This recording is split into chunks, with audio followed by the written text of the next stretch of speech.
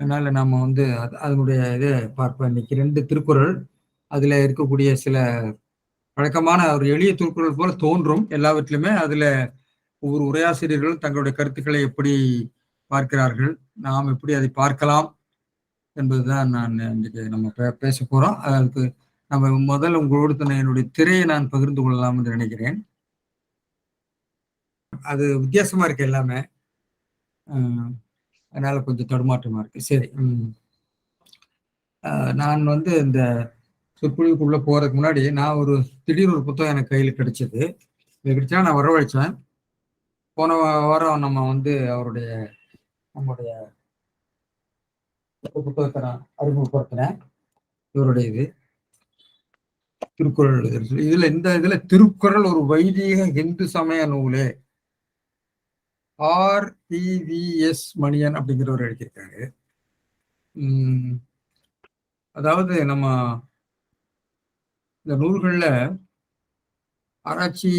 ஆராய்ச்சியை விட நம்பிக்கைகளை அடிப்படையாக கொண்டும் கதைகளை அடிப்படையாக கொண்டும் நாம் இலக்கிய வரலாற்றையும் நாட்டு வரலாற்றையும் எழுதுகிற போக்கு நம்ம மரபுல அதிகமாக இருக்கிறது. இதுல அவர் அது கடைசியில முடிச்சிருக்கிறத சொன்னா உங்களுக்கு அது புரியும். திருவள்ளுவரை சொந்தம் கொண்டாட திருவள்ளுவர் கூறிய பல விஷயங்களை ஏற்க இயலாத நிலையில் உள்ள திராவிட இயக்கத்தினருக்கு இருக்கும் உரிமையை விட அவரது எல்லா கருத்துக்களையும் ஏற்று அதன்படி வாழும் RSS காரர்களுக்கு அதிக உரிமை உண்டுன்னு முடிச்சிருக்காரு. பிறகு இந்த RSS வழிபாட்டு பாடல்ல திருவள்ளுவருடைய பேரும் இருக்கு அப்படிங்கிறதையும் அவர் கொடுத்திருக்காரு. அப்புறம் அதாவது அதுக்கு ஒரு தலைப்பில் ஒரு கட்டுரை எழுதியிருக்கிறாரு. அதாவது இந்த திருக்குறளை கிறிஸ்தவர்களோ முஸ்லிம்களோ உரிமை கொண்டாடவே முடியாது, இந்துக்கள்லாம் உரிமை கொண்டாட முடியும், அது பொது நூலாகவும் சொல்ல முடியாது, அது இந்து சமய நூல் தான் என்று அவர் பேசுகிறார். அப்புறம் மயிலையில் திருவள்ளுவருக்கு கோயில் இருப்பது தெரியுமான்னு ஒரு கட்டுரை எழுதியிருக்கிறாரு. இதை பத்தி நான் ஒரு சின்ன கருத்தை மட்டும் சொல்லணும். அதுக்காகத்தான் நான் எப்படி வந்து நம்ம வரலாறுகள் அல்லது வரலாறு கற்பனைகள் நம்பிக்கைகளை அடிப்படையாக வரக்கூடிய சில சின்னங்கள் எல்லாம் எப்படி வரலாற்று சின்னங்களாக வரலாற்று சான்றுகளாக மாறுகிறதுக்கு உதாரணம். கிபி 2000 கன்னியாகுமரியில நம்முடைய திருவள்ளுவருக்கு ஒரு சிலையை ஐயன் திருவள்ளுவர் 2 பேர் சொல்லி கலைஞர் திறந்து வைத்தார். நாங்கள் அங்கெல்லாம் இருந்தோம். நானும் பேராசிரியர் வி சுப்பிரமணியம் போன்றவர்களாம் இருந்தோம். பேராசிரியர் சிற்பி, நான், மாணிக்கம், பல்லடம் மாணிக்கம், மெய்யப்பனார், நிறைய பேர் இருந்தாங்க. அப்போ இன்னொரு கவிஞர் கூட இருந்தாரு, இந்த கவிஞர்கள் மறந்து வச்சு எல்லாம் இருந்தோம். அப்போ அது மட்டும் இல்லை, அந்த திருவள்ளுவர் கன்னியாகுமரி மாவட்டத்தை சேர்ந்தவர் என்று சொல்லி பத்மநாபன் என்பவர் ஒரு பெரிய ஒரு புஸ்தகமும் ஒரு கட்டுரையெல்லாம் எழுதிட்டே இருக்காரு. இங்கிலீஷ்ல எழுதுறாரு, திரும்ப திரும்ப சொல்லிட்டே இருக்காரு, உலகமெல்லாம் போய் சொல்றாரு. அது ஏகதேசம் உண்மை போல இப்ப எல்லாரும் நம்ப தொடங்கி விட்டார்கள். அது பக்கம் இதுல அவர் ஒரு சடன் சொல்லியிருக்கிறாரு.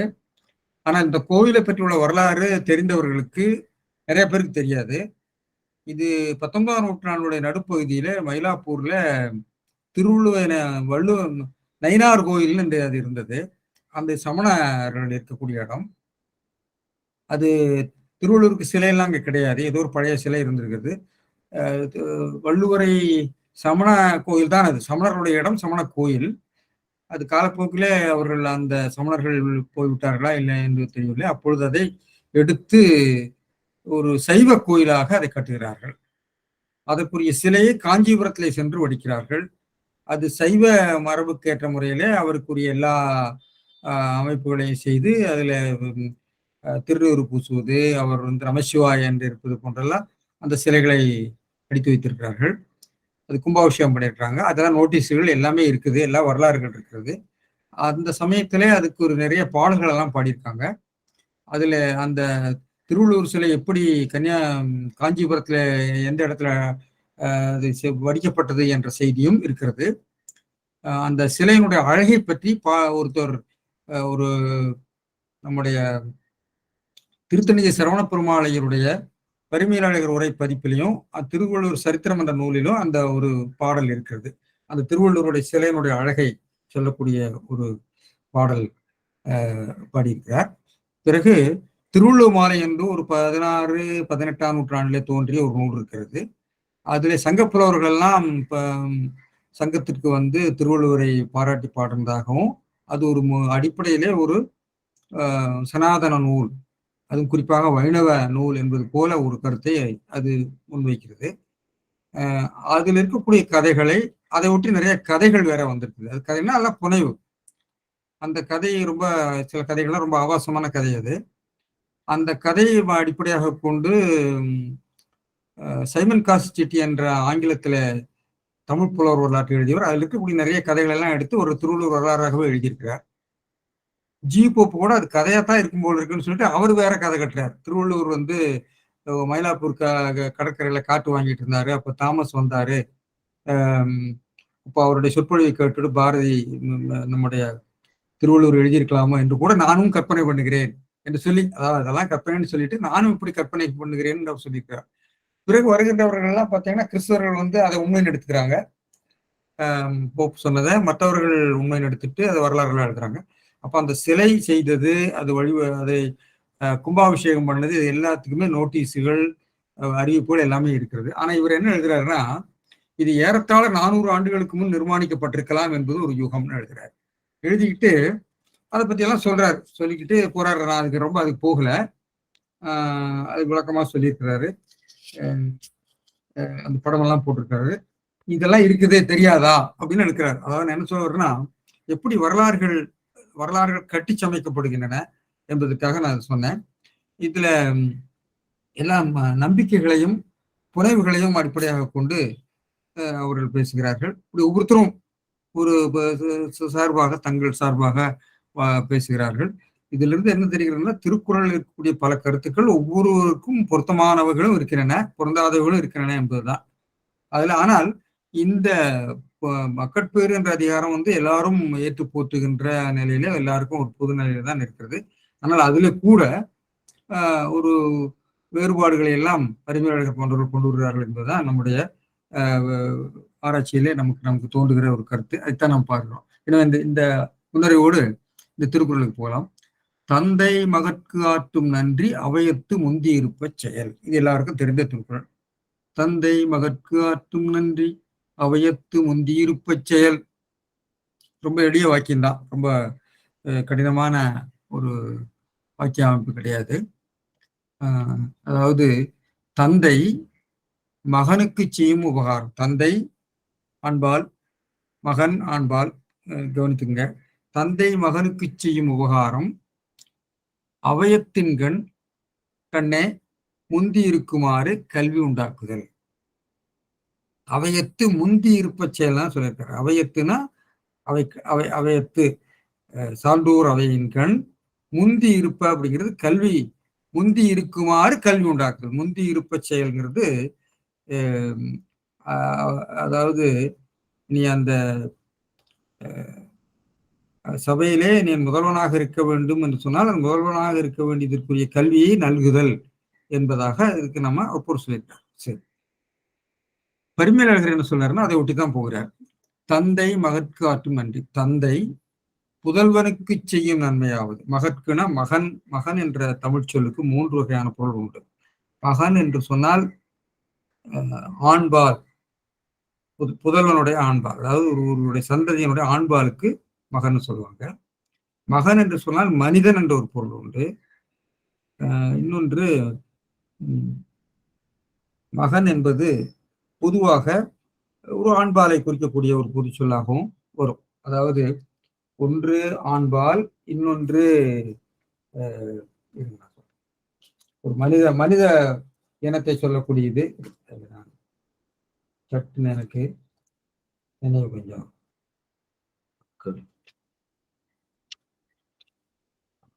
அதாவது முறைப்பெயர், அதாவது முறைப்பெயராக வர்றது மகன் அப்படிங்கிறது முறைப்பெயராக வருகிறது. பிறகு ஒரு மனிதன் என்ற ஒரு பொருள்ல வருகிறது, ஒரு ஆண்பால் என்ற பொருளையும் வரும். சரி, இந்த இடத்துல நிச்சயமாக அது முறைப்பெயராகத்தான் வருகிறது. தந்தை அப்படிங்கிறது முறைப்பெயர், மகன் என்பது முறைப்பெயர். தந்தை புதல்வனுக்கு செய்யும் நன்மையாவதுங்கிற இருக்கு. தந்தை மகற்கு ஆற்றும்னா செய்யும், நன்றினா நன்மை. நன்றின்னு சொன்னா, இன்றைக்கு நம்ம நன்றின்னு சொன்னா ஒருவர் பால் உள்ள கடப்பாடு என்ற பொருளை பயன்படுத்துகிறோம். நன்றி என்பது நல் என்பதனோடு அந்த தி அல்லது ரி என்ற விகுதி சேர்க்கிறது. நன்றி. நன் தி தி என்பது ஒரு ஆக்க விகுதி சொல்லில.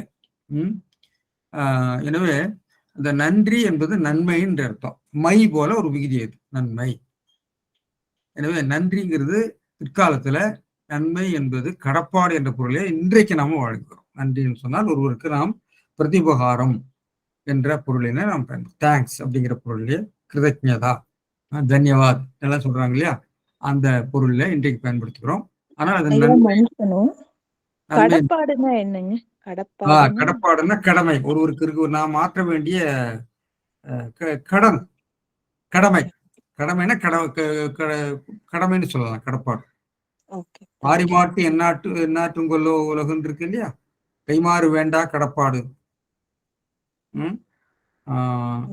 சான்றோர்களுக்கு ஒரு அர்த்தம் இருக்கு இல்லையா, கடப்பாடு. ஆமா, ஒருவருக்கு நாம் பிரதிபகாரம் ஆக இருப்பது. எனவே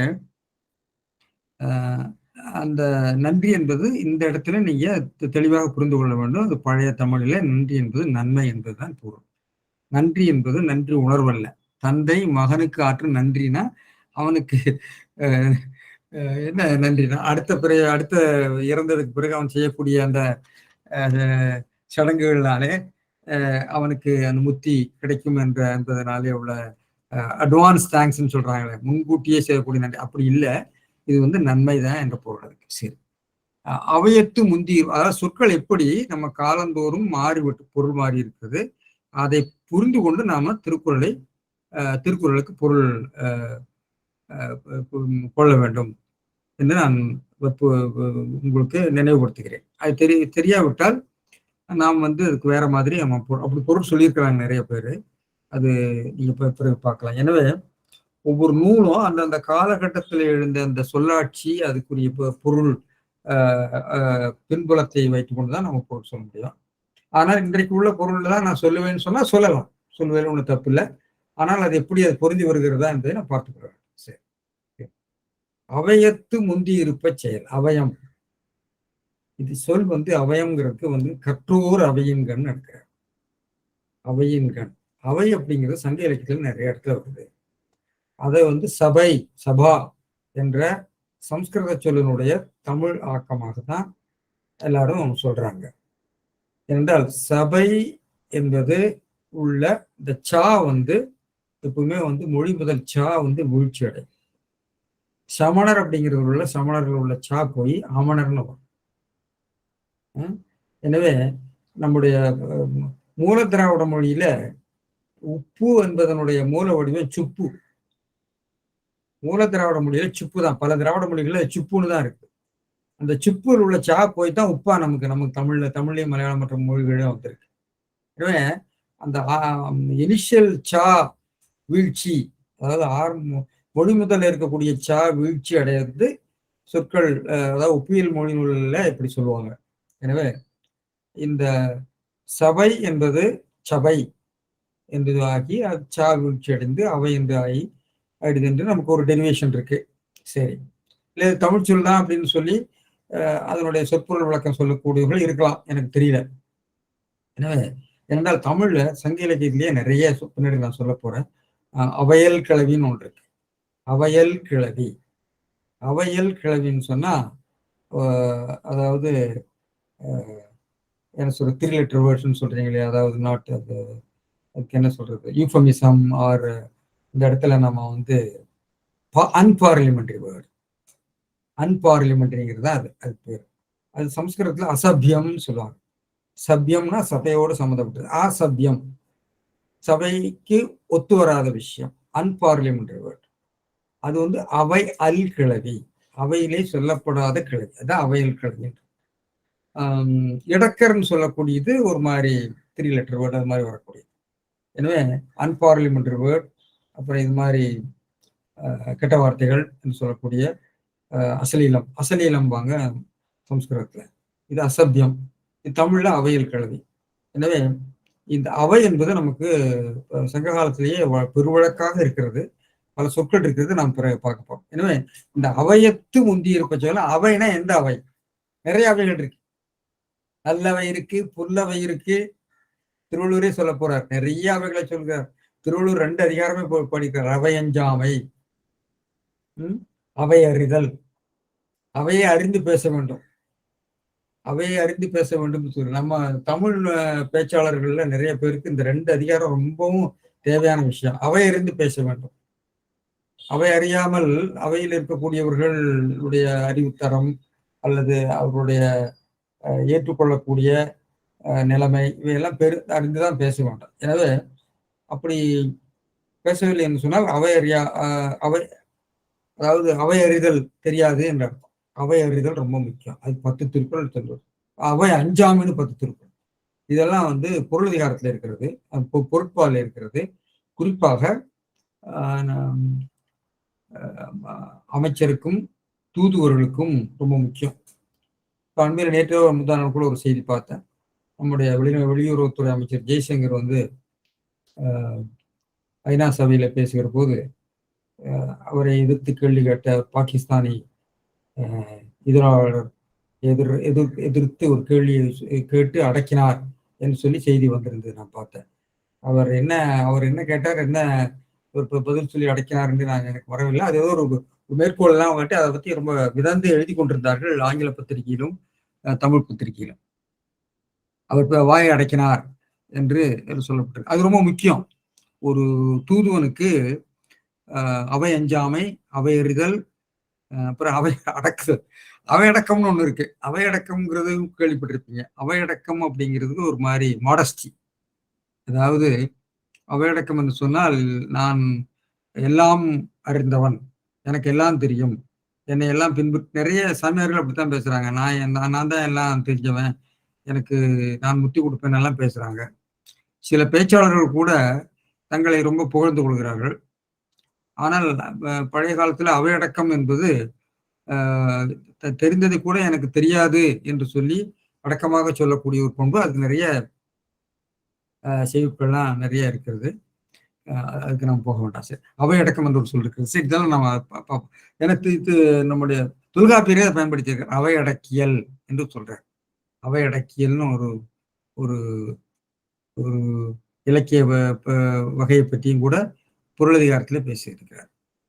அவையல் கிளவி மறைத்தனர் கிளத்தல் என்று சொல்லி அவையல் கிளவியை நம்ம மறைத்து சொல்ல வேண்டும் என்று சொல்லி தொல்காப்பியரே விதி அமைத்திருக்கிறார்.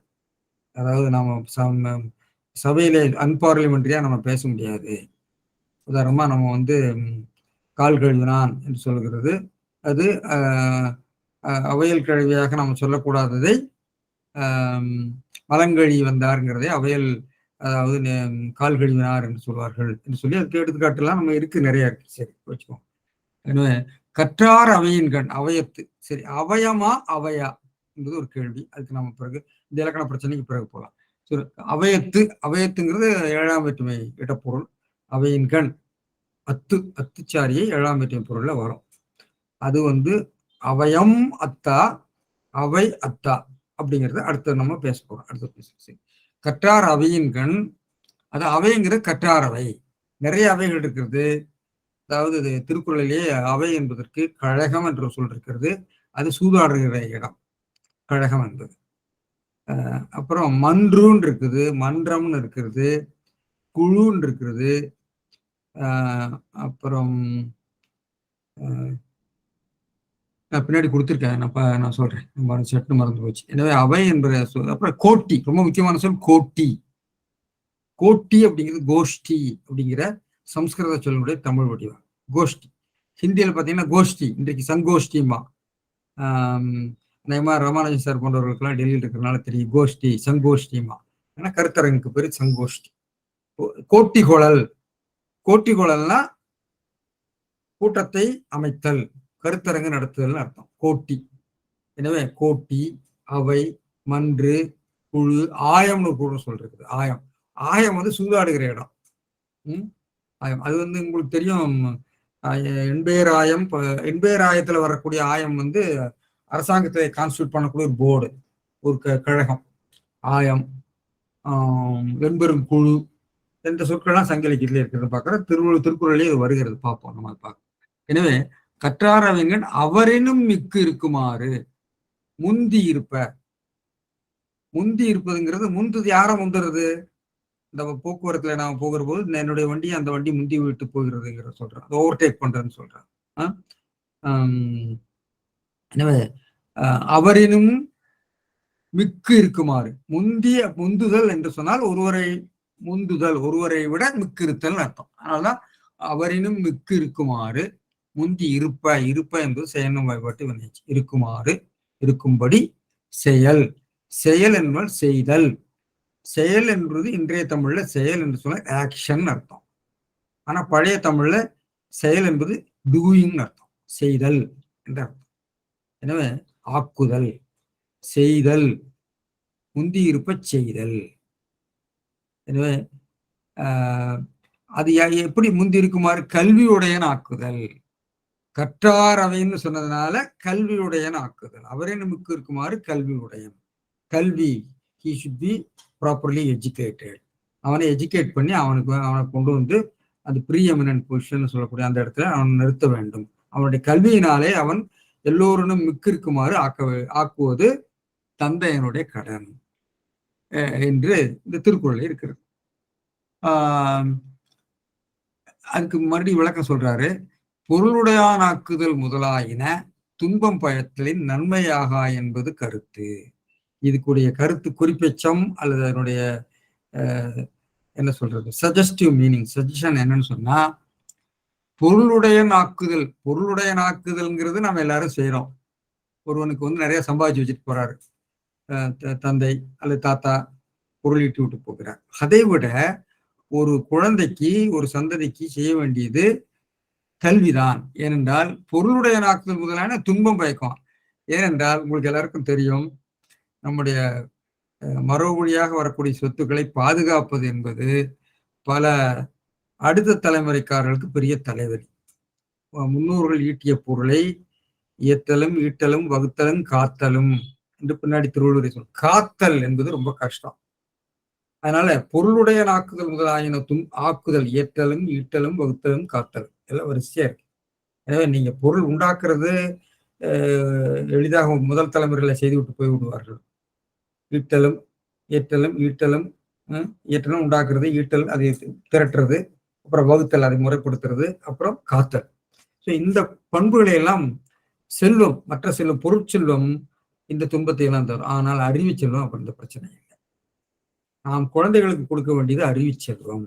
அறிவு செல்வத்தை அவர்கள் ஈட்டுமாறு நாம் அவர்களுக்கு செய்ய வேண்டும் என்பது அந்த திருக்குறளுடைய கருத்து. சரி, எனவே சான்றோனாக்குதல் சொல்லிட்டார். சான்றோனாக்குதல் தந்தைக்கு கடனே, இன்று புறந்தறுதல் எந்தலை கடனே, சான்றோனாக்குதல் தந்தைக்கு கடனே என்று சொல்லி புறநானூற்றிலே ஒரு செயல் இருக்கிறது, எல்லாருக்கும் தெரியும்.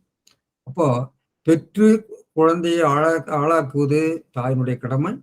அவனை கல்வி புகட்டி அவனை சான்றோனாக்குதல் தந்தையினுடைய கடமை என்று அவர் வரிசைப்படுத்துகிறார். அது அந்த காலத்தினுடைய பாங்காக இருந்திருக்குதுன்னு நான் நினைக்கிறேன். ஆனால் இன்றைக்கு அது நாம் அப்படி சொல்ல முடியாது. இன்றைக்கு பெண்கள் தான், நம்ம யோகேஸ்வரி போன்றவர்கள், மற்ற எல்லா தாய்மார்களுமே, நம்ம வீட்டில் இருக்கக்கூடிய எல்லா தாய்மார்களுமே இன்றைக்கு குழந்தைகளை தங்களுடைய பெற்று வளர்த்து ஆளாக்குவதோடு மட்டும் இல்லாமல் கல்வி பெறுவதிலும் கவனமாக இருக்கிறார். வீட்டிலேயே இருந்து தாயாக இருந்து அதை தனிப்பாடெல்லாம் சொல்லி கொடுக்குறாங்க.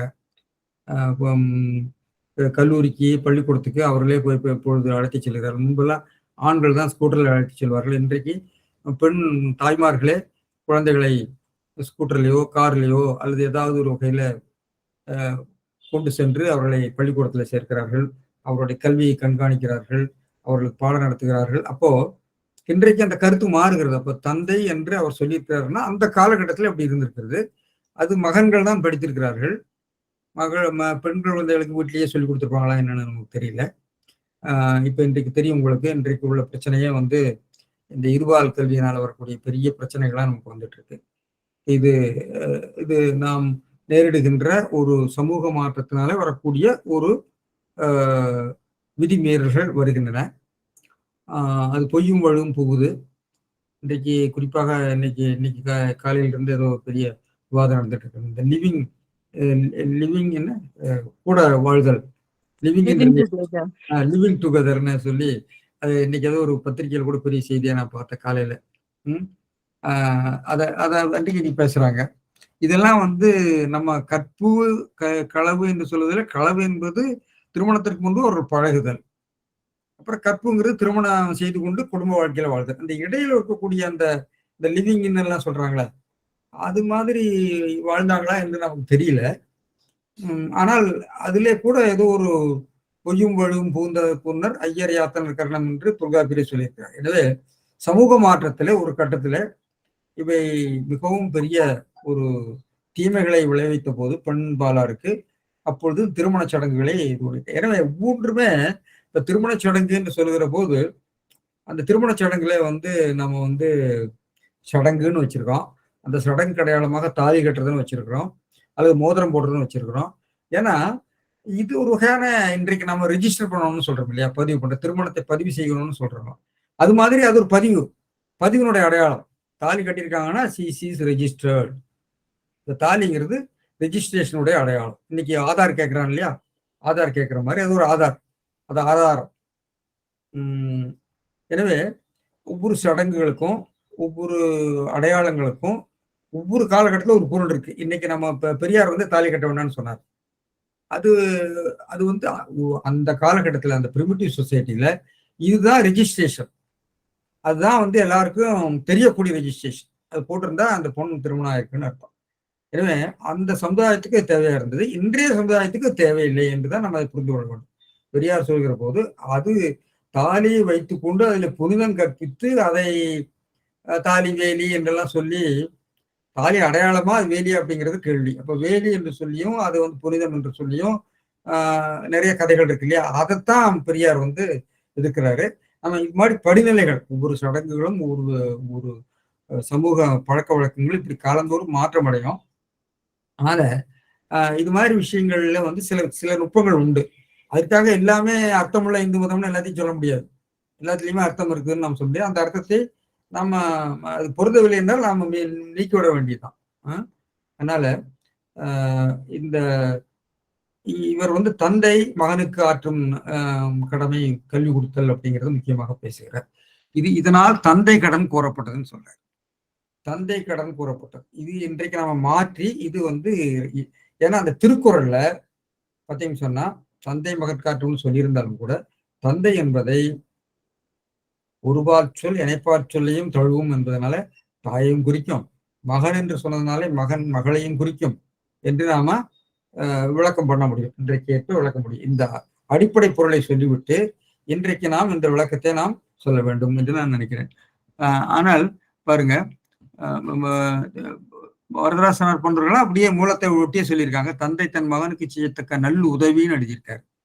அது உதவி இல்லை, நன்றி, நன்மைங்கிறது உதவின்னு எடுத்திருக்கிறார். கற்றவர் கூட்டத்தில் தன் மகன் முந்தி இருக்கும்படியாக அவனை கல்வியிலே மேம்பட செய்தல்னு பரிமையாளர் ஒட்டி போயிருக்கிறாரு. சாரங்கபாணியாரும் அப்படித்தான் சொல்லியிருக்கிறாரு. தந்தை மகனுக்கு செய்யும் நன்மையாவது அவனை கற்றோர் கூடியிருக்கும் அவையில் முந்தி இருக்குமாறு கல்வியில் வளர்ந்தார்கள் என்று அவர் சொல்லியிருக்கிறார். சரி, இப்ப நம்ம போவோம் அடுத்தது. இதுல தந்தை மகற்காற்றும் நன்றி என்பதுதான் வந்து எழுவாய். தந்தை மகற்காற்றும் நன்றி ஆவது என்பது எழுவாய் வேற்றுமை உருவாக கருதப்படும். ஆவதுங்கிற நாமினேட்டிவ் மார்க்கர், அதாவது நாமினேட்டிவ் சென்டென்ஸுடைய எழுவாயாக வருகிற போது அது நாமினேட்டிவ் மார்க்கர் அல்லது எழுவாய் வேற்றுமை உருவுன்னு அதை நம்ம காலத்துல இலக்கண கூத்து போன்ற நூலாசிரியர்கள் சொல்லுவார்கள். அப்படிங்கிறது எப்படி வந்து இரண்டாவது வேற்றுமை உருவோ அதுபோல ஆவது என்பது அதாகப்பட்டது, அதாவது என்று சொல்கிற ஆவது என்பது முதல் வேற்றுமையினுடைய உருவாக கருதப்படும். சரி, சொல்லடைவில் பார்க்கிற போது தந்தைங்கிற தந்தைன்னு தான் பொருள் எழுதியிருக்காங்க. புதல்வர்கள் எழுதுறாரு மகனுக்கு அப்படிங்கிறதுக்கு. இதுல எல்லாம் பெரிய பெரிய நுட்பங்கள் இல்லை. நன்றிங்கிறது நன்மை, நன்றி என்பதை மட்டும் நீங்க புரிந்து கொள்ள வேண்டிய நன்மை. இந்த அவயத்து அப்படிங்கிறது அத்து என்பது அவயம் என்ற பெயர் வடிவத்திலே சேருகிறதா, இல்லை அவை என்பதோடு சேர்கிறதா என்பது ஒரு கேள்வி. இதுல தொல்காப்பியத்துல ஐகார ஈட்டு வடிவங்களிலும் அத்துச்சாரியை சேரும் என்று சொல்லியிருக்காரு. இந்த அத்துச்சாரியை சேருகிற அந்த விதி இந்த பனி, வழி, மழை போன்ற சொற்களை அவர் சொல்லியிருக்காரு. அப்போ இந்த வழக்கு தமிழிலே இல்லை, ஆனா மலையாளத்துல இருக்கு. பனியத்து போகிறது, வழியத்து போகிறது, மழையத்து போகிறது, அது போகாத, மழையில போகாதேன்னு அர்த்தம். அத்துங்கிறது மழையத்துங்கிறது இருக்கு. ஐகார ஈட்டுக்கு பிறகு அத்துச்சாரியை வரும். அப்போ அம்முக்கும் பிறகும் வரும் மன்னத்து பத்மநாபன், மன்றம். பத்மநாபன், மன்னத்து பத்மநாபன் என்ன உருவாக்குறாரு, அவருடைய பேர் வந்து மன்னத்து பத்மநாபன். மன்னத்துங்கிறது மன்னம் அப்படிங்கிறது அவருடைய குடும்ப பேரோ அல்லது வீட்டு பேரோ தெரியல. மன்றம், பழைய மன்றம் தான், அதான் மன்னம்.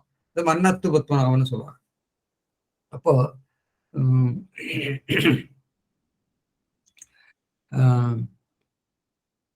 அப்போ கோலத்துகாவு, இந்த ஊர் பேர்கள்லாம் வரும். கோலத்துகாவு, இப்படியெல்லாம் பேர்கள்லாம் வரும். சரி, அதனால அவையத்துங்கிறது அவை கூட்டல் அத்து என்று எடுத்தால் பழைய தொல்காப்பிய விதிப்படி வருவதாக எடுக்கலாம். ஆனால் அவயம் என்று எடுத்தால் அம்சாரி, அம்சாரி இன்றைக்கும் தமிழ்ல இருக்கிறது. மரம், மரத்தை என்று இருக்கிறது. எனவே 2 வகையில நாம அதை பார்க்கலாம் என்று எனக்கு தோன்றுகிறது. சரி, அடுத்து முந்தி என்பதுக்கு வினையச்சம். அது கற்றார் அவரினும் மிக்கு, கற்றார்களை விட மிக்கு. முந்தினா யாரை விட முந்திங்கிறப்போ அதை கொண்டு வர்றாரு. இருக்குமாறு நான் சொன்னேன், வினையச்சம், செய்கை, செய்தல். சரி, இப்போ இதுல வந்து நமக்கு வந்து இருக்கக்கூடிய வாக்கிய அமைப்பை நம்ம கொஞ்சம் சொல்லணும். வாக்கிய அமைப்பு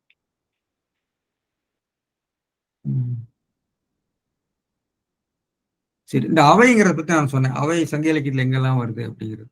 கூத்தாட்டு அவை திருக்குறளே வருகிறது. கூத்தாட்டு அவைனா கூத்தாடுகிற மேபி ஒரு தியேட்டர், கூத்தாட்டு அவை, ஒரு நாடகம் நடக்கக்கூடிய இடத்து கூத்தாட்டு அவை. மலையாளத்திலையும் கூத்தாட்டு அம்பலம், கூத்தாட்டு அம்பலம்னா மலையாளத்தோட வழக்கு இருக்கு. சரி, அடுத்தது அவையறிந்து ஆராய்ந்து சொல்லுக. அவை அவையறியார் சொல்லல் மேற்கொள்வார். அவையை தெரியாம சொல்றது துன்பம் தரும்னு சொல்லுவாரு. அப்புறம் ஆற்றின அளவறிந்து கற்க அவையஞ்சா மாற்றம் கொடுத்தப்படும். அவையஞ்சாமல் கேட்கிற கேள்விக்கு பதில் சொல்றதுக்கு நீங்க லாஜிக்கெல்லாம் படிச்சுட்டு தெளிவா படிச்சுட்டு போகணும்னு சொல்றாரு. அப்புறம் நுண்ணவைங்கிறாரு. நுண்ணவை வாழ்வோடு என் வன்கண்ணர் எல்லாருக்கு, நூலோடு என் நுண்ணவை அஞ்சுவார்க்கு. அதாவது வீரம் இல்லாதவனுக்கு ஏன் வாழ் எடுத்துட்டு அவன் நடக்கணும்? சபையை பார்த்து அஞ்சுகிறவன் எதற்காக நூல்களை எல்லாம் கற்று ஆராய வேண்டும், சபையில சொல்ல வேண்டும் என்று அவர் சொல்லுகிறார். நல்லாரவை, புல்லவை, புல்லவையில் பொச்சான்னு சொல்லாருங்கெல்லாம் சொல்றாரு. அப்புறம் அவையகத்து, நிறைய திருக்குறளே வருது. அவையகத்து என்று வருகிறது. புல்லவை, நல்லவை என்று திருக்குறளே வருகிறது நாம் பார்க்கிறோம். சங்க இலக்கியத்துல பாத்தீங்கன்னா அவையத்தார், அவையத்தார் என்பதுக்கு நிறைய பொருட்கள் இருக்கு. அதுக்கெல்லாம் நம்ம ரொம்ப விளக்கத்துக்கு நான் போகல. பெரிய கற்றவர்களுடைய அவைத்தான் அவர்கள் நினைக்கிறார்கள். சோழன் உறந்தை அவையத்து, அவையத்துனா அந்த நாளவை, அவைக்களத்து அந்தனர், அறக்களத்து அந்தனர் இதெல்லாம் வருகிறது. அதாவது நாளவை என்று சொல்கிறார்கள். டே டைம்ல நடக்கக்கூடிய மீட்டிங், அரசனுடைய அரண்மனையிலே பகல்ல நடக்கக்கூடிய நாளவை என்று சொல்கிறார். செங்கோல் அவை, மேபி அவனுடைய அந்த அரசன் திருவோலக்கத்தில் வீட்டிருக்கிற போது இருக்கக்கூடிய ஒரு பார்லிமெண்ட் மாதிரி வச்சுக்கல, அது மாதிரி இருக்கக்கூடிய இதை சொல்றாரு. இதெல்லாம் வந்து மரங்கழி சோழர் உறந்தை அவையத்து, இதெல்லாம் சங்க இலக்கியத்தில் வரக்கூடிய நிறைய இடத்துல வருது. நான் எல்லாத்தையும் வேந்துடைய அவையத்து, சான்றோர் இருந்த அவையத்து இதெல்லாம் வருகிறது. நிறைய சங்க இலக்கியத்துல அவை நிறைய இடங்கள்ல வருகிறது. 21 இடத்துக்கு மேல எல்லாம் வருது. சரி, அவைக்களம், வலம்புரி கோசர் அவைக்களத்தானும் மன்றுள் என்பது கெடாதானே என்று கொண்டு வருகிறது. பழையன் மோகூர் அவை, பழையனுடைய மோகூர்ல இருந்து பெரிய அவையை பற்றி பேசுகிறார்கள். அது என்னன்னு நமக்கு புரியல. அப்புறம் தொல்காப்பியத்துல ஒரு அருமையான ஒரு கருத்து சொல்லியிருக்கிறாரு. 8 வகை நுதலிய அவையத்தானும், அவையகத்தானும் பாடம் இருக்கு, அவையத்தானும் பாடம் இருக்கு. பொறுத்தனையில வாகைத்துணையில, வாகைத்துணை என்றால் வெற்றி, ஒருவனுடைய வெற்றி சிறப்பை பாடுவது வாகைத்துணை. அந்த வாகைத்துணையில பல்வேறு சிறப்புகளை பெற்று வரக்கூடிய போர் வெற்றி மட்டும் வாகை இல்லை, கல்வியில வரக்கூடிய வெற்றி, தன்னுடைய சமய நூல்களை தத்துவ நூல்களை படித்து அதில் வரக்கூடிய வெற்றி, இதெல்லாம் பற்றி பல வெற்றிகளை பற்றி பேசுகிறார். அந்த வெற்றிகளில் ஒன்று 8 வகை நுதலிய அவையத்தானும் கட்டமை ஒழுக்கத்து கண்ணுமையானெல்லாம் வருது. அத 8 வகை நுதலிய அவயம். அவயத்துல அவயம் சொன்னால் அந்த சபைகளிலே அவன் பெறுகின்ற வெற்றி, ஒரு விவாதங்களிலோ அல்லது கல்வி சிறப்பினாலோ அல்லது எதிராளியை வீழ்த்துவதனாலோ கருத்துக்களை திறம்பட சொல்லுவதனாலோ வரக்கூடிய வெற்றியை அவர் தொல்காப்பியரே சொல்லியிருக்கிறார். அந்த 8 வகை சிறப்பு என்ன என்று சொன்னால், 8 வகை சால்புகள் நிறைந்தார் மன்றத்து. அப்ப அந்த மன்றத்தில் இருக்கக்கூடியவர்கள் 8 வகை சிறப்புகளை பெற்றவர்கள். அவர்கள் யாரெல்லாம்? ஒன்று ஒழுக்கம், கல்வி, குடிப்பிறப்பு, வாய்மை, தூய்மை, நடுவு நிலைமை, அவாவின்மை, அழுக்காராமை, இப்படி சொல்லக்கூடிய 8 வகை பண்புகளை பெற்ற சான்றோர் இருக்கின்ற அவை. அந்த அவையிலே பெறுகின்ற சிறப்பினாலே நீங்கள் வாகையை கொண்டாடலாம் என்று சொல்லி அவர் சொல்கிறார். எனவே இந்த சபை என்பதும் ஒரு கூட்டம், பொது அமைப்பு. அந்த அமைப்பிலே தன்னை நிலைநிறுத்திக் கொள்ளக்கூடிய சொல்லாற்றல். திருக்குறள் 2 அதிகாரம் இருக்கிறது, இன்னொரு பல அதிகாரங்கள் அதை பற்றி திரும்ப திரும்ப பேசுகிறார். அதாவது பப்ளிக் ஸ்பீக்கிங், பப்ளிக் டிபேட் அப்படிங்கிறது ரொம்ப முக்கியம். அது உங்களுக்கு தெரியும், நம்ம பட்டிமன்றம் என்றெல்லாம் அந்த அமைப்பு இருந்திருக்கிறது. அதுல தன்னுடைய கருத்தை திறம்பட எடுத்து சொல்லக்கூடிய ஆற்றல், சொல்லாற்றல் வேண்டும், சொல்வன்மை. இந்த சொல்வன்மையை பற்றி பேசுற போது கூட இன்றைக்கு ஒரு சில கருத்து வந்தது, சிலர்லாம் வெளியிட்டார்கள். நம்முடைய பிள்ளைகளுடைய மொழி ஆற்றல், குறிப்பாக தாய்மொழியிலே திறம்பட பேசக்கூடிய ஆற்றல், ஆங்கிலத்திலே திறம்பட பேசக்கூடிய ஆற்றல். நம்ம ஆங்கிலத்திலே திறம்பட பேசுவதற்குரிய செய்திக்கு முக்கியத்துவம் கொடுக்குறோம். தாய்மொழியிலே திறம்பட பேசக்கூடிய ஆற்றல் இல்லை என்று சொன்னால் நீங்கள் அதாவது ஒரு சமகால சமுதாயத்தோடு உறவாட முடியாது. அது இன்றைக்கு நிறைய அரசியல்வாதிகளுக்கு அது பற்றாக்குறையாக இருக்கு, டெபிசிட் இருக்கிறது. சிறந்த ஒரு பேச்சாளர்களாக, சிறந்த கருத்தை நிரல்பட சொல்லக்கூடியவர்களாக இன்றைக்கு பல தலைவர்கள் இல்லை. காரணம், நாம் இளைய தலைமுறைக்கு நாம் இந்த சொல்வன்மை என்ற அதிகாரத்தில் இருக்கக்கூடிய செய்தியை குறிப்பாக தமிழிலே திறம்பட பேசுதல், அதன் பிறகு பிற மொழிகளில் பேசுறது. இப்ப நீங்க ஒரு மொழியில திறம்பட பேசுதல் என்பது மிக அடிப்படையான ஒரு பண்பாக போயிட்டு. இன்னைக்கு பாத்தீங்கன்னு சொன்னா, நீங்க நடுவண் அரசிலே இன்றைக்கு நீங்க போய் அமைச்சராக இருந்து விளங்க வேண்டும் என்று சொன்னால் ஆங்கிலம் போதும்னு நான் நினைக்கிறோம். ஆங்கிலம் மட்டும் போதாது. இன்றைக்கு இந்திய அளவில் இன்றைக்கு நம்ம தமிழகத்தினுடைய அமைச்சர்களாக இருக்கக்கூடிய நிர்மலா சீதாராமன் ஆகட்டும் அல்லது ஜெய்சங்கர் ஆகட்டும், 2 பேரும் ஹிந்தியிலேயே பேசுகிறார், ஹிந்தியில உரையாற்றுகிறார்கள். அதை பற்றி கூட ஒரு சிக்கல் வந்தது. நான் பேசுற ஹிந்தி சரியில்லைன்னு சொல்லி ஒரு தெலுங்கானாக்காரோட ஹிந்தியை ஒரு குறையா சொல்றது அப்படின்னு. அப்போ இந்த ஹிந்தியிலே நீங்கள் பேசுவது உங்க முக்கியமான ஒரு குவாலிஃபிகேஷனா இருக்கு. எனவே நீங்க பாராளுமன்றத்தில் போய் பேசுகிற போது ஆங்கிலம் மட்டும் போதாது, தமிழ்நாட்டுக்கு தமிழ் வேணும், ஆங்கிலம் வேணும். இப்போ நீ இந்திய அளவில் போறப்போ ஹிந்தியிலும் இருந்தால் மிக சிறப்பாக விளங்க முடியும் என்பதற்கு இவர்கள்லாம் உதாரணமாக இருக்காங்க. எனவே நான் என்ன சொல்றேன்னா, இந்த மொழித்திறன் என்பது சொல்வன்மையிலும் வெளிப்படுகிறது. அது தாய்மொழியில் உள்ள மொழித்திறனையும் நம்ம வளர்த்து ஆங்கிலத்தில் வளர்க்க வேண்டும் என்று நான் கேட்டுக்கிறேன். ஏன்னா அன்னைக்கு உங்களுக்கு மூதுரையில் ஒரு பாட்டு இருக்கு இல்லையா, கவையாகி கும்பாகி கட்டகத்தை நிற்கும் அவையல்ல நல்மரங்கள் சபை நடுவே நீட்டோலை வாசியான் என்றான் குறிப்பறிய மாட்டாதவன் நன்மரம். சபையோல நீட்டோலையை வாசிக்க முடியாம இருக்கிறவன், குறிப்பறிய மாட்டாதவன் மரம். மரங்கள் காட்டுக்குள்ள போய் தேட வேண்டாம், இவன் தான் மரம்னு ஔவையார் சொல்றார். எனவே சரி, இதெல்லாம் இப்ப அடுத்த கேள்வி, அந்த அவயத்திலே முந்தி இருப்பதுங்கிறது வெறும் ஏட்டுக்கல்வியா அல்லது வெறும் என்ன சொல்றது அகாடமிக் என்று நாம் சொல்றோம், வெறும் அகாடமிக் எக்ஸலன்ஸா அல்லது ப்ரொஃபஷனல் எக்ஸலன்ஸா அல்லது போர்க்கல்வி, இதெல்லாம் அவரை ஏங்க சொல்லல. திருவள்ளுவர் என்று ஒரு கேள்வி கேட்கலாம். அவர் தொழிலில் உள்ள சிறப்பை பேசவில்லையே, போர்க்கல்வியை பேசவில்லையே, ஏன் சொல் சார்ந்த ஒரு அறிவுத்திறனைத்தான் பேசுகிறாரா என்று கூட நாம் கேள்வி எழுப்பலாம். அதுக்கு அந்த இடத்துல அவர் அதை உட்படுத்தி இருக்கலாம் என்று எனக்கு தோன்றுகிறது. ஏனென்றால் நம்முடைய சங்க செய்யுள்ள பார்த்தீங்கன்னா சான்றோனாக்குதல் தான் சொல்லியிருக்கிறாங்க. சான்றோனாக்குதல் என்று சொல்லுகிற போது களிரிருந்து பெயர்தல் காளைக்கு கடனே சொல்லியிருக்கார். சான்றோன் என்பதற்கு 2 பொருளும் உண்டு. வீரன் என்ற பொருளும் உண்டு, அறிவாளிகளிலே சிறந்தவன் என்ற பொருளும் உண்டு. எனவே அடுத்த திருக்குறளை பார்த்தீங்கன்னா தன் மகனை சான்றோன் என கேட்ட தாய். சான்றோன் என்பது சிறந்த வீரன் என்று கேட்ட தாயா இல்லை அறிவு சிறந்தவன் என்று கேட்ட தாயா என்ற இரு பொருள் படும்படியும் திருவள்ளுவர் அமைத்திருக்க கூடும் என்பதுதான் என்னுடைய கருத்து. எனவே அப்படி பார்க்கிற போது திருவள்ளுவர் இந்த இடத்துல முந்தி இருப்ப செயல் என்பது அவையத்து முந்தி இருப்ப செயல்ங்கிறது பொது அமைப்புகள்ல அது போர்க்களமாக இருக்கலாம், அறிவுக்களமாக இருக்கலாம், தொழிற்களமாக இருக்கலாம், எந்த களத்திலும் அவன் முன்னணியிலே இருக்க வேண்டும் என்று நாம் எடுத்துக்கொள்ள வேண்டும் என்று தோன்றுகிறது. எனவே இந்த அவையத்தார், அவைக்களம் என்ற சொற்கள் எங்கெல்லாம் வருகிறது நான் ஒரு லிஸ்ட் பண்ணியிருக்கேன், பார்க்கலாம். சரி, இதோட இதை முடிச்சுட்டு அடுத்த திருக்குறளுக்கு நாம் போயிடலாம். எனவே அதாவது அவையிலே மிகச் சிறந்தவனாக விளங்குவது ஒரு வாகைத்திறனை துறைகளிலே ஒன்றாக இருக்கிறது. அதைத்தான் திருவள்ளுவர் நினைத்தாரா தெரியல, இருக்கலாம். இது இன்றைக்கும் பொருந்தக்கூடிய கருத்து தான். அது தந்தைக்கு மட்டுமில்ல, தாய்க்கும் உண்டு, மகனுக்கு மட்டுமில்ல, மகளுக்கும் உண்டு என்று சொல்லி நம்ம அடுத்த திருக்குறளுக்கு போகலாம். அடுத்த திருக்குறள் இது மேற்கோளாக அதிகம் வரல. அடுத்தது இது கொஞ்சம் சிக்கலானது, அதையே நான் விரைவில் முடித்து விடுகிறேன்.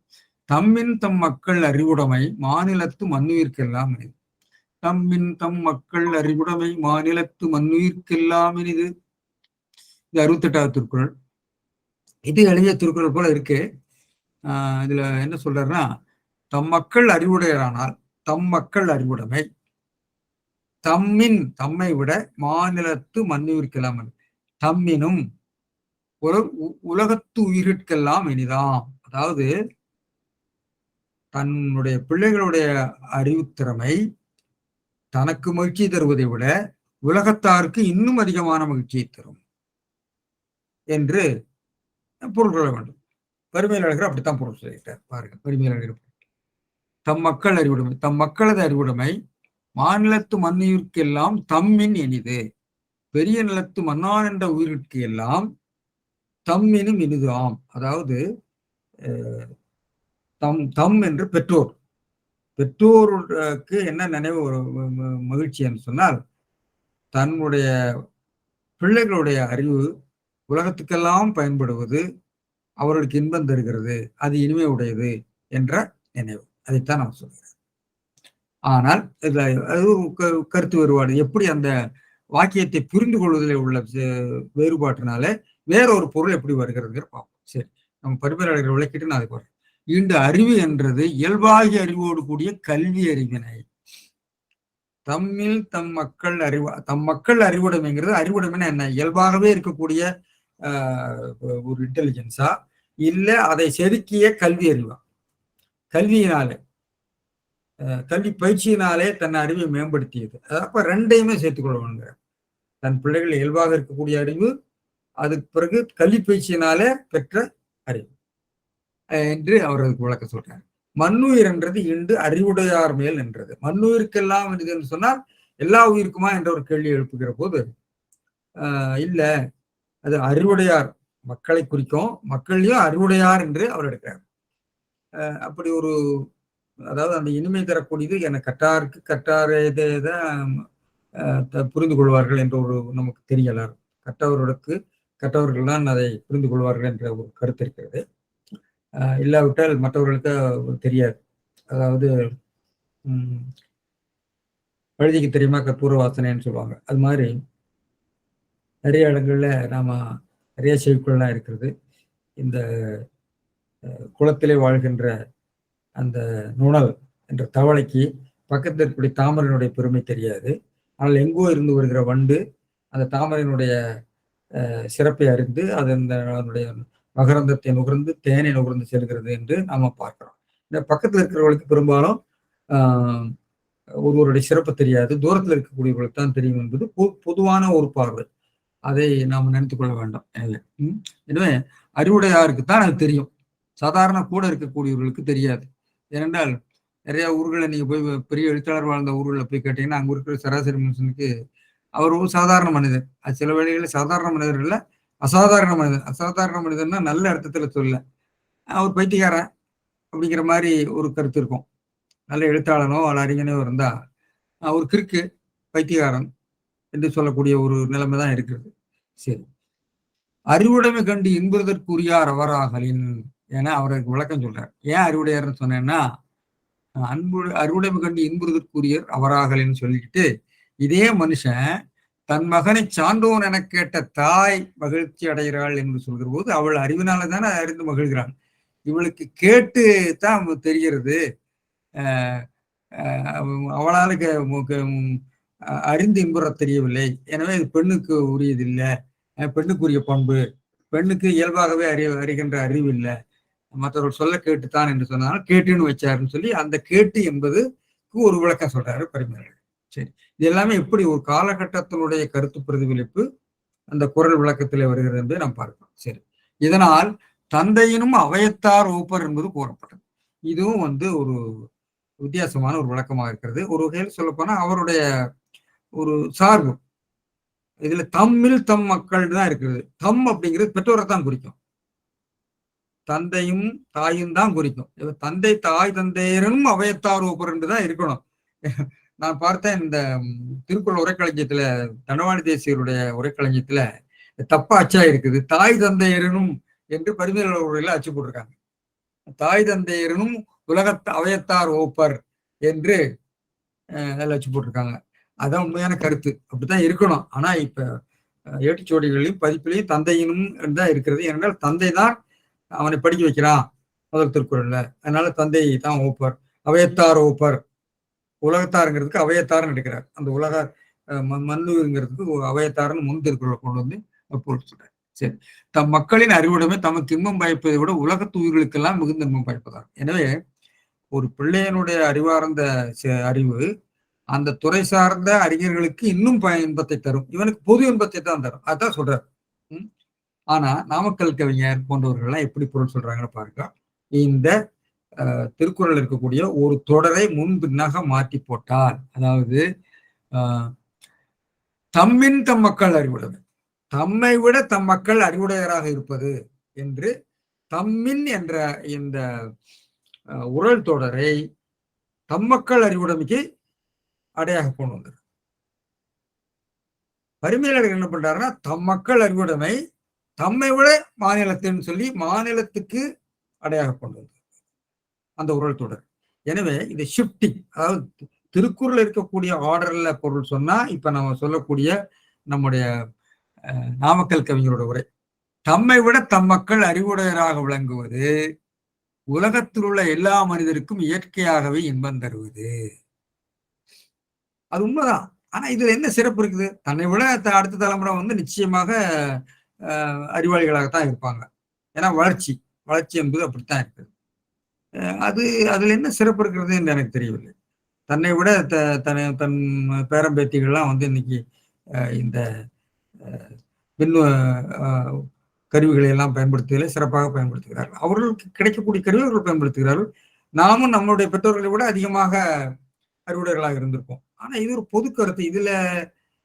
இதுதான் இதுல இருக்குமான்னு எனக்கு தோணலை. ஏன்னா இங்க பேசுவது மக்களுடைய அறிவுடைமையை தான் பேசுகிறார். தம் மக்களை தம்மை விட அறிவுடையவராக இருப்பது அல்ல கருத்து. அது எல்லாருக்கும் தெரிந்த விஷயம்தான். அப்போ உலகத்துக்கே இன்பம் பயக்கிறது என்று சொல்கிற போது தமக்கும் இன்பம் பயக்கும் என்பது அதில் வந்துருது. தம்மைக்கு இன்பம் பயப்பதோடு உலகத்துக்கும் இன்பம் பயக்கும் என்று வந்து விடுகிறது. எனவே இப்படி சொல்றாரு. இப்படி அவர் புரிந்து கூட சொல்கிறார். சிற்பியினுடைய இதுல ஒரு பகுதிக்கு பொருள் இல்லை. தாய் தந்தையரை விடவும் பிள்ளைகள் அறிவு சிறந்தோராக திகழ்ந்தால் பெற்றோர் பேரின்பம் கொள்வது இயல்பு ஒரு உரை கொடுக்கிறார். இதுல மாநிலத்து மண்ணுயிருக்கு எல்லாம் இனிதுங்கிற தொடருக்குள்ள பொருள் விடுபட்டிருக்கிறது. இப்ப இவருடைய உரையில ஒரு பகுதிக்குத்தான் உரை எழுதப்பட்டிருக்கிறது. அதை கவனிச்சுக்கணும். எனவே நம்ம உரைகளை எல்லாம் படிக்கிற போது கவனமாக இருக்க வேண்டும். மூலத்தில் இருக்கக்கூடிய விஷயங்களுக்கெல்லாம் பொருள் வந்திருக்கிறதா, இல்ல பொது பொருள் எழுதியிருக்கிறார்களா, அந்த பொருள் அந்த வாக்கிய அமைதியோடு பொருந்துகிறதா, அல்லது தங்கள் மனதுக்கு எப்படி சரி என்று படுகிறதோ அப்படி செய்திருக்கிறார்களா என்று உணர்ந்து கற்க வேண்டும். எனவே திருக்குறளை கற்கக்கூடியவர்களுக்கு இருக்கக்கூடிய பெரிய ஆபத்து இந்த உரைகள் தான்.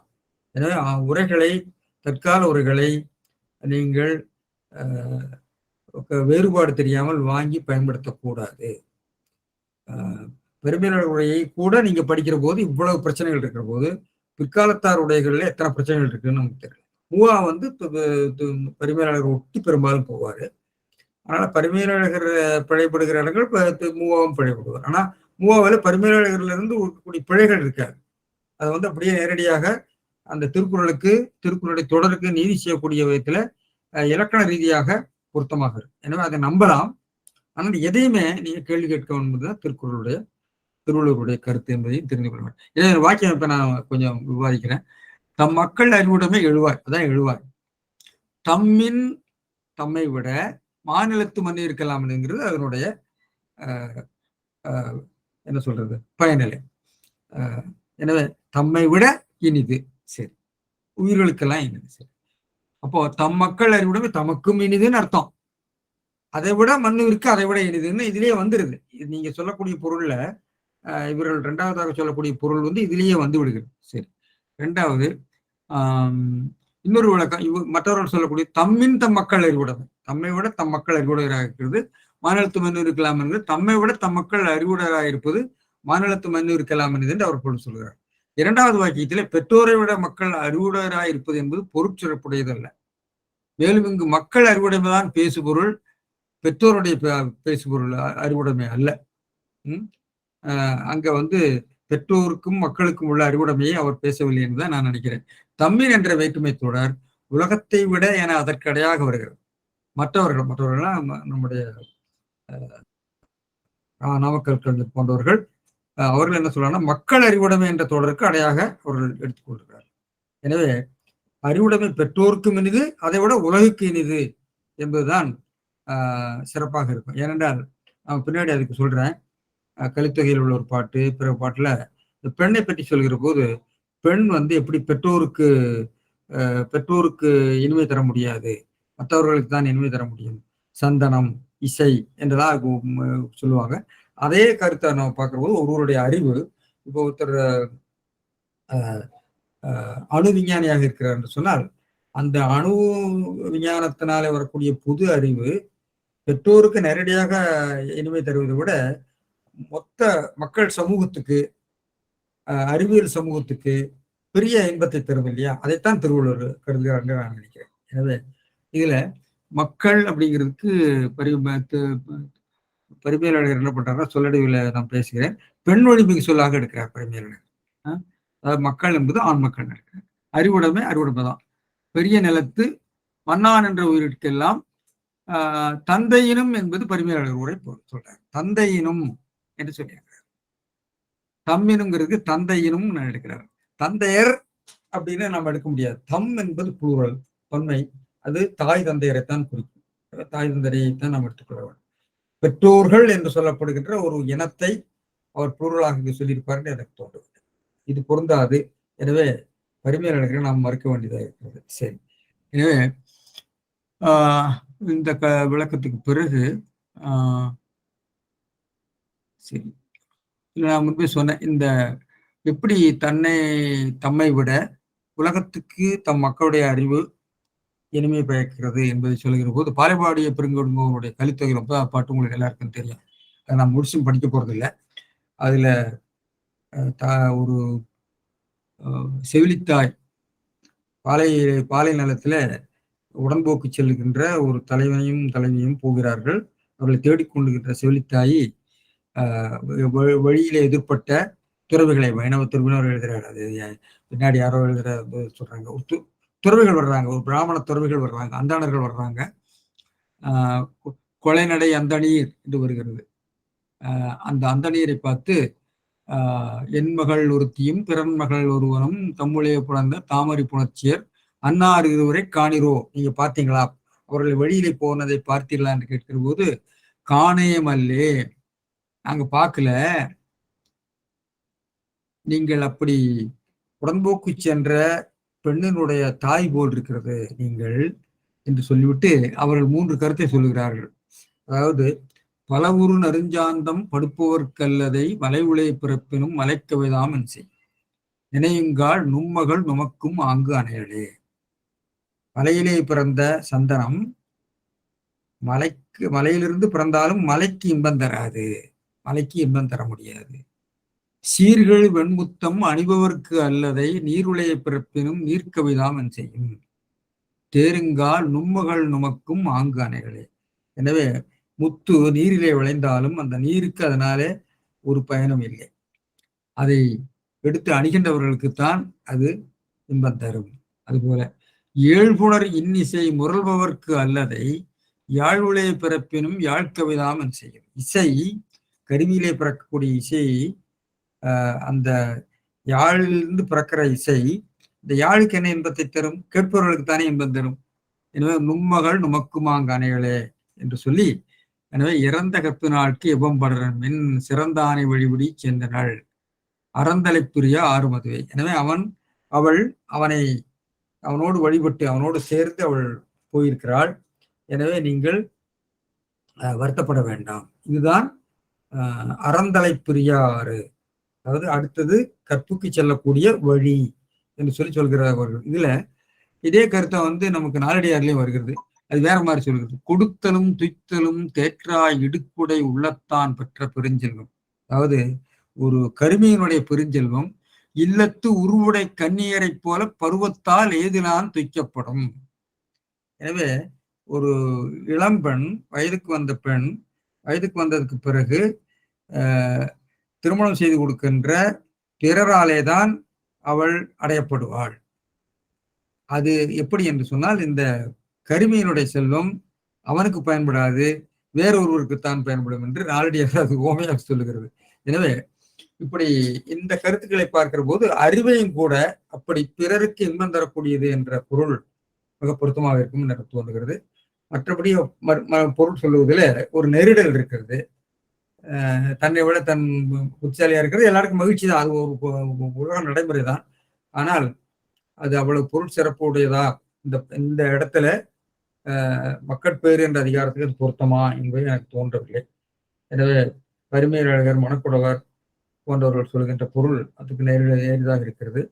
மற்றபடி நம்ம வேண்டுமானால் எழுதி கொள்ளலாம், அது விருப்பம் சொல்லி இப்படி அந்த அருமையான மக்கட்பேரினுடைய ஒரு சிறப்பை சொல்லுகிற போது தந்தையனுடைய கடன், பிறகு அந்த அவருடைய அறிவினுடைய சிறப்பு, இதெல்லாம் பேசுகிறார். அது என்றைக்கும் பொருந்தக்கூடிய கருத்து தான், எல்லா சமூகத்துக்கும் பொருந்தக்கூடிய கருத்தாக இருக்கிறது என்று சொல்லி இந்த உரையை நான் நிறைவு செய்கிறேன். நன்றி, வணக்கம். வணக்கம். யாருமா?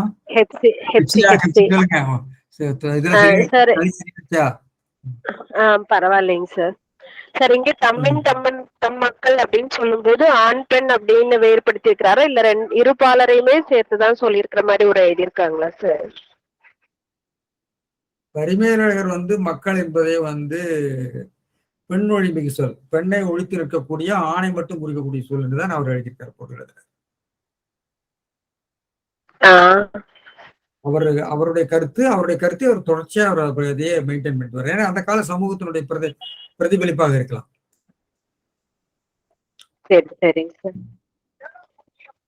அப்புறம் ஆனா தம் என்பதே அவர் தந்தையும் அப்படின்னு சொல்லி ஒரு பொருள் சொல்றது பொருத்தமா இல்லை. அதுக்கு தம் என்பது பன்மை சொல். பன்மை என்பது தம் என்பது யாரு?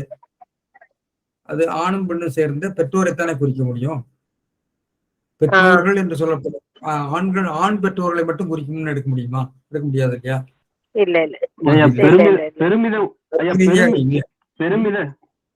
பெருமித உணர்வால வரக்கூடிய உயர்வு ஒருமையை எடுத்துக்க கூடாதையா? அது வருகிற சூழலை பொறுத்து இருக்கு, வாக்கிய சூழலை பொறுத்து இருக்கு. அது என்ன பெருமித உணர்வுங்கிறது யாருக்கு வரக்கூடும்? எல்லாருக்கும் உள்ளது தானே. ரொம்ப தந்தை மகனுக்கு எண்ணி சொல்றதுனால உயர்வு ஒருமைன்னு இலக்கணத்துல இடம் இருக்கும்போது அப்படி வர்றதுக்கு வாய்ப்பு இருக்கு. இடத்தை நீங்க பார்க்கணும். அதாவது ஒரு முனிவர் சொல்லலாம், ஒரு பெரிய தலைவர் சொல்லலாம், அரசர் சொல்லலாம். ஒரு சராசரி வழக்கில் அப்படி வராது. ஒரு சராசரி வழக்கில் என் பிள்ளை இப்படிதான் வரும். எங்க பிள்ளைன்னு நம்ம என் பிள்ளைன்னு சொல்லுவான் தந்தை, தாயும் அப்படித்தான் சொல்லுவான். எங்க பிள்ளைன்னு சொல்றாளான்னு பார்க்கணும். எங்க ஊர் நம்ம சொல்றோம். அதனால பிள்ளை சொல்ற போது எங்க பிள்ளைன்னு சொல்றாங்களா என் பிள்ளைன்னு சொல்றாங்களா? என் பிள்ளைன்னு தான் சொல்லுவாங்க. வழக்குகளை பார்க்கணும். அதாவது ஒரு இலக்கண விதியை அப்படியே எல்லா இடத்துக்கும் பொருத்தக்கூடாது. அந்த சூழலுக்கு எப்பதான் பொருத்த முடியும். நன்றிங்க, நன்றிங்க.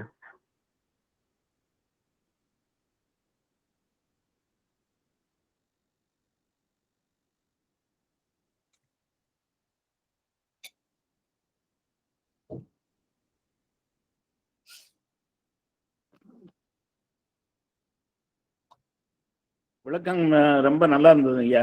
சொல்லுங்கய்யா. அதோட நீங்க கொண்டு வந்த மத்த இலக்கிய சான்றுகள் ரொம்ப ரொம்ப சிறப்பா இருந்தது. நான் மனசுல யோசிச்சுட்டே இருந்தேன். இந்த அவை என்றதுக்கு கவையாகி கொம்பாகி காட்டகத்தை நிற்கும் அவையெல்லாம் நல்ல மரங்கள் மனசுல ஓடிட்டே இருந்தது. அதையும் கொண்டு வந்துட்டீங்க நீங்க. அது இப்ப இதுல 2 விஷயத்த நான் பாக்குறேன். ஒண்ணு அந்த சொல்லினுடைய பொருள் அந்த காலத்துல எப்படி இருந்தது. தந்தை மகற்காற்றும் நன்றி. அந்த நன்றி என்றத நம்ம இன்னைக்கு பொருள்ல பார்த்தோம்னா, இன்றைய பொருள்ல பார்த்தோம்னா நன்றி மகனுக்கு தான் இருக்கணும், தந்தைக்கு இருக்கக்கூடாது. ஆனா அது அவனுக்கு செய்யக்கூடிய நன்மை என்ற பொருள்ல வருது. அதே மாதிரி இன்னொரு குறள்ல அது இதுலதான் இதே அதிகாரத்துல வரும்னு நினைக்கிறேன். அதாவது மகன் தந்தைக்கு ஆற்றும் கடன் இவன் தந்தை எண்ணோற்றான் கொல்லணும் சொல் அப்படின்னு வருது. அப்ப இன்றைய மீனிங்ல இந்த கடனை முதல்ல போட்டு நன்றியை இங்க போட்டோம்னா பெர்ஃபெக்டா வரும் மீனிங்ல. ஒன்னும் பிரச்சனையே இல்லாம இருக்கும். அது ஒண்ணு. இன்னொன்னு அந்த பொதுவான இதுல முந்தி இருப்ப செயல் அப்படின்றதுல பிராக்டிக்கல் டிஃபிகல்டிஸ், அதாவது நடைமுறையில சில சிக்கல்கள் இருக்கு.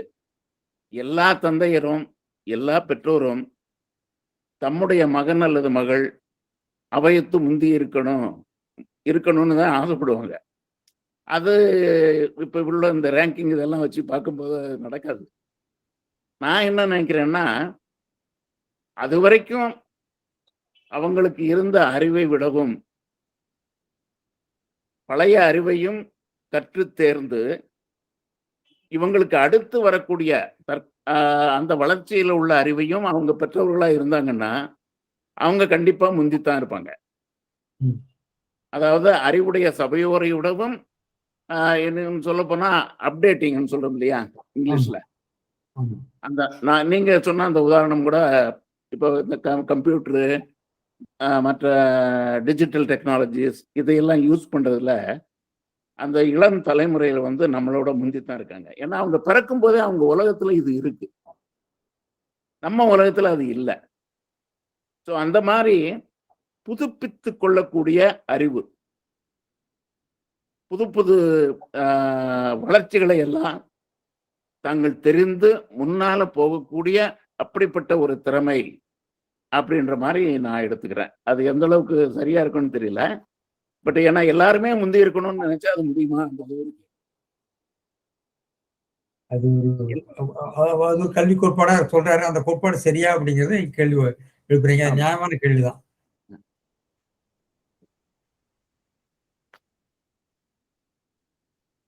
அதாவது ஃபர்ஸ்ட் ரேங்க் வாங்கணும்னு எல்லாரும் பெற்றோர்கள் நினைக்கிறது தப்பு அப்படிங்கிற மாதிரி நாம சொல்றோம் இல்லையா.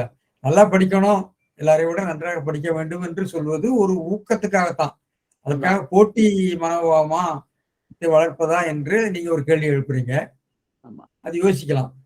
ஆமா, நல்ல அதாவது அறிவு கூர்மையா இருக்கிறது வேற. ஆனா எல்லாருக்குமே ஃபர்ஸ்ட் ரேங்க் வராது இல்லையா. எல்லாருமே முந்தி இருக்கவும் முடியாது. நான் நினைக்கிறது சார், அதாவது அவைத்து முந்தி இருக்க வேண்டும் என்பது ஒரு முயற்சி திருவினையாக்கும் என்ற வகையில தான் எடுத்துக்கொள்ளணும். எல்லாரும் அங்க முன்னாடி நிக்கணும்னு எதிர்பார்க்க முடியாது. அத்தகைய முயற்சிகளை எடுக்கலாம். அது உண்மை. எல்லாரும் அப்படித்தான் ஆசைப்படுவாங்க. ஆசைப்படுறதுல தப்பு கிடையாது. ஆமா. அதுல சாத்தியமா. ம். அப்படி ஒரு முயற்சி எடுக்கிறது தப்பில்லை. இப்போ உள்ள இந்த பாடத்திட்டத்துல முக்கியமா வலியுறுத்தக்கூடியது மாணவர்களுக்கு வந்து ஒரு லீடர்ஷிப் குவாலிட்டிய வளர்த்தணும் அப்படின்னு சொல்லக்கூடியதுதான் இப்ப சொல்றாங்க. லீடர்ஷிப் குவாலிட்டி அப்படின்னு ஒண்ண பயன்படுத்துறாங்க. வள்ளுவரும் அதைத்தான் 2 குறள்லையும் சொல்றான்னு நினைக்கிறேன். அதாவது அவையத்து முந்தி இருப்ப செயலும் சொல்லக்கூடியது வந்து ஒரு லீட் பண்ற அந்த சமூகத்தை அல்லது தன்னுடைய எந்த பணியில இருக்கிறோமோ எந்த சமூகத்தில் இருக்கிறோமோ அதை தலைமை தாங்கி கொண்டு செல்லக்கூடிய ஆற்றல் வேணும்.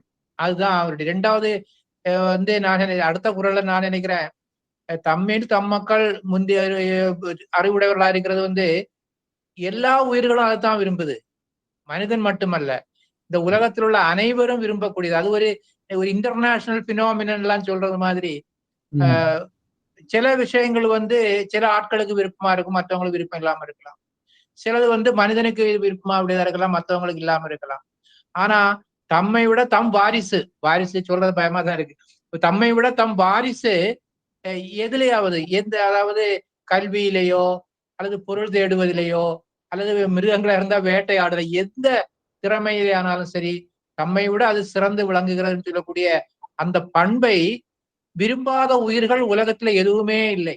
அதுதான் அப்படின்னு ஒரு எண்ணம் தோன்றுகிறது. இங்க பேராசிரியர் அவர்கள் வந்து ரொம்ப நுணுக்கமாக கருத்துக்களை சொன்னார். அதை விட மேலாக இன்னும் சிந்திப்பதற்கான சில என்ன சொல்றது கருத்துக்களையும் இட்டு சென்றிருக்கிறார். அப்படிதான் நமக்கு அதான் ஒரு முக்கியம். நாம புதுசா கருத்தை சொல்றதை போல இதை விட மேலாக அல்லது இன்னும் சிறப்பாக சிந்திப்பதற்குரிய சில குழு அல்லது சில தடயங்களை போட்டு செல்லக்கூடியது வந்து ஒரு பெருமைதான். அப்ப அது பேராசிரியர் அவருடைய இந்த ஒவ்வொரு திருக்குறள் வகுப்புலையும் அதுதான் நமக்கு தெரியுது. அவர் வந்து ரொம்ப நுணுக்கமாக சொல்வதோடு கூடவே அடுத்த ஒரு ஆராய்ச்சிக்கான வழியையும் காட்டி செல்கிறார், அதற்கான இதையும் செய்கிறார். அது அந்த இடத்துல நம்ம இந்த வகுப்புகள் வந்து ரொம்ப பயனுடையதாக இருக்கிறேன்னு தான் நான் நினைக்கிறேன். ரொம்ப நன்றி. சிந்தனையை தூண்ட வேண்டும் என்பது நல்லதுதான். அது ஒண்ணு. இன்னொரு முக்கியமான கேள்வி வந்து கொஞ்ச நாளாவே நான் நினைச்சிட்டு இருக்கேன். இப்ப இந்த விளக்கங்கள்ல இருந்து ஒரு நூலினுடைய காலம் அல்லது அந்த நூல் ஆசிரியனுடைய காலம் அதை சரியான முறையில கணிக்கக்கூடியதற்கான சான்றுகள் அதையும் கூட நம்ம தேர்ந்தெடுக்கலாம்னு தோணுது. ஏன்னா நீங்க சொன்ன அந்த திருவள்ளூருக்கான கோயில் 19ஆம் நூற்றாண்டுல கட்டின கோயில பழம்பெரும் கோயில் மாதிரி காட்டுறது, அதே மாதிரி அவர் வந்து இந்து சமயத்தவர்ன்றது, சமண சமயத்தவர்ன்றது, இந்த மாதிரி இதெல்லாம் அவர் ஜியு போப் சொன்னதை வந்து நான் ஒரு நையாண்டி கிண்டலா தான் எடுத்துக்கிறேன். அவர் தாமஸ் வந்து கடற்கரை நடந்து வரும்போது திருவள்ளுவரை பார்த்து பேசிட்டு இருக்கும்போது அவர்கிட்ட இருந்த கருத்துக்களை எடுத்து தான் திருவள்ளுவர் திருக்குறளை இயற்றினார் அப்படின்றது வந்து அது ஒரு கிண்டலா தான் அவர் சொல்லியிருப்பாரு. ஏன்னா அவர் நினைச்சு பாக்குறேன் இப்படி இருக்க கூடாதா நினைச்சு பாக்குறேன். ஏன்னா நாங்க படிக்கும்போது இந்த வில்லியம் ஷேக்ஸ்பியரை கூட அப்படிதான் சொல்லுவோம். வில்லிவாக்கம் சேசப்பையர் வந்து கிழக்கிந்திய கம்பெனியில கப்பல்ல ஏறி போய் லண்டனுக்கு போய் அவருடைய திறமையால தான் அந்த 37 நாடகங்களை எழுதினாரு. அது கடைசியில வில்லிவாக்கம் சேசப்பையரை விட்டுட்டு வில்லியம் ஷேக்ஸ்பியர்னு பேரை வச்சுட்டாங்க இங்கிலாந்துக்காரங்க அப்படின்னு சொல்லிட்டு அப்படி ஒரு ஜோக் இருக்கா? சரி, அப்படி ஒரு ஜோக் இருக்கு. ஸோ அந்த RSS காரர் வந்து அவரை வந்து அந்த சுவீகரிக்கிற அந்த மனப்பான்மை வந்து எனக்கு ஒரே ஒரு விஷயத்துல மட்டும்தான் சந்தோஷமா இருக்கு. திருவள்ளுவர் வந்து இந்துக்களுக்கு எதிரின்னு சொல்லாம அவரும் இந்துதான் சொல்லி அவங்களும் ஏத்துக்கிறாங்க இல்லையா? அதனால திருவள்ளுவருடைய சிறப்பை வந்து எல்லாராலையும் ஏற்றுக்கொண்டு எங்காளுன்னு சொல்றதுக்கான ஒரு உன்னத நிலையில அவர் இருக்கிறது வந்து திருவள்ளுவருக்கு இன்னும் கொஞ்சம் பெருமை சேர்க்கிறதா தான் நான் எடுத்துக்கிறேன், பாசிட்டிவா. மற்றபடி அவங்க சொல்றதுல உள்ள உண்மையான கூற்றுன்றது எதுவுமே கிடையாது.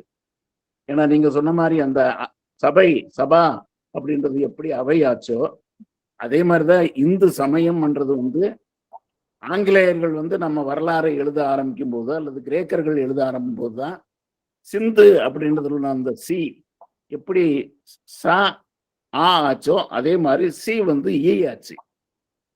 அந்த சிந்து சமவெளி அந்த ஏரியாவை குறிக்கிறதுக்காக ஜாகிரபிக்கல் லொகேஷனை நோட் பண்றதுக்காக நொட்டேஷன் மாதிரி கொடுத்தது தான் இந்து. அதனால இந்து மதம் அப்படின்றது வந்து அது அது வேற ஒரு மாதிரி ஒரு ஆராய்ச்சி விவாதத்தை கொண்டு போகும். அதனால சில சமயத்தை ஃபார்ஃபெட்ச்டு இன்டர்பிரிட்டேஷன் சொல்லுவாங்க இங்கிலீஷ்ல. ஏதோ ஒரு வகையில் அந்த அமாவாசைக்கும் அப்துல் காதருக்கும் மொட்டத்தலைக்கும் முழங்காலுக்கும் முடிச்சு போடுறது அப்படின்னு நல்ல அருமையான சொற்றொடர்கள்லாம் தமிழ்ல இருக்கு. அந்த மாதிரி வரக்கூடியது வந்து பல சமயம் வந்து நம்மளை வந்து டிஸ்ட்ராக்ட் பண்ணிடுது, திசை திருப்பிடுது. ஆனாலும் திருவள்ளுவருடைய பெருமை வந்து இன்னும் அப்படியே தொடர்ந்து புதுமையாக இருக்கிறது அப்படின்றதுல வந்து சந்தோஷம்தான். அதுல நமக்கு அவங்களோட பெரிய சண்டையெல்லாம் தேவையில்லை.